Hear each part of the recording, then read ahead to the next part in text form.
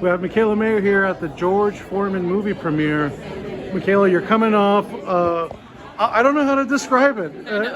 You lost the fight. It's a win, but it's. You lost the fight at the weigh-in, but you look great. You did what you were supposed to do, but I'm sure the result is not the way you anticipated the event ending. Since then. Of course, Lucy Wildheart. Yeah. Okay. Right. We'll talk about Baumgardner later. Okay. You lost the fight at the weigh-in with the opponent change, didn't you? Yes. At the weigh-in, they let me know. Yeah. At the weigh-in, they were like, they dropped it on me. My manager drops it on me. Just sat down, said fights off. Had you ever experienced anything like that in your career? No, and I've experienced a lot of different things. With all the amateur background that I have and everything, I feel like I've experienced most things, but never that last-minute opponent change as a pro.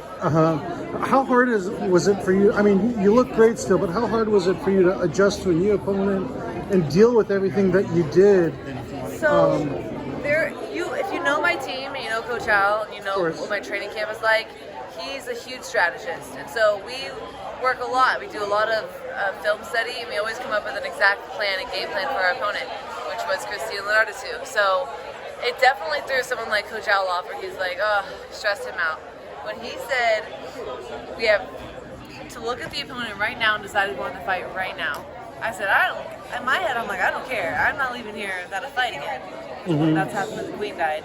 Right. I'm not leaving here without a fight, without a payday. We're going. But Coach Al had to look, and he had to make the decision. But obviously he said, yep, we'll take the fight. To me, it was kind of a little bit of there was like this weight kind of lifted, where I'm like, I don't know what this girl is going to be like. I don't know anything, but I was like, it gives me the freedom to be myself completely. There was something exciting about having no game plan and knowing nothing about my opponent.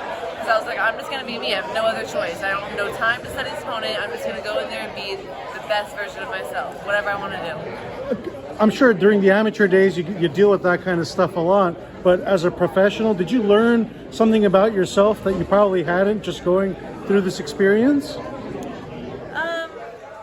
I think that it's hard to say, because at the end of the day, I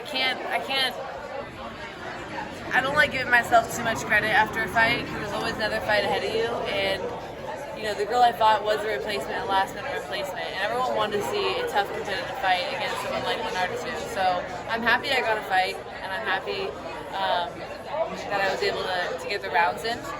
But I'm always here for the big fights. I've always said that. I'm here for to make the big fights. So it's a little bit of disappointment there that I wasn't able to give the fans that fight.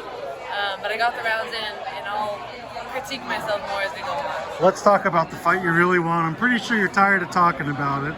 I feel like the rematch is very well deserved, but for whatever reasons, it's not happening with Alycia Baumgardner. What's the latest, and can we expect you two in the ring this year? No. And not because of me.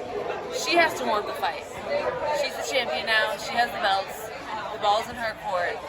I can only do so much. I can only sit here on social media and say, give me the rematch, and answer everyone's questions like you over and over again about wanting the rematch. Everyone knows they want the rematch. Ask her. I can only do so much. So until then, I have to move on and continue my career, continue to try to make big fights, which is what I really want to do and what I believe in. So I'm at 135 now. I got the WBC interim belt.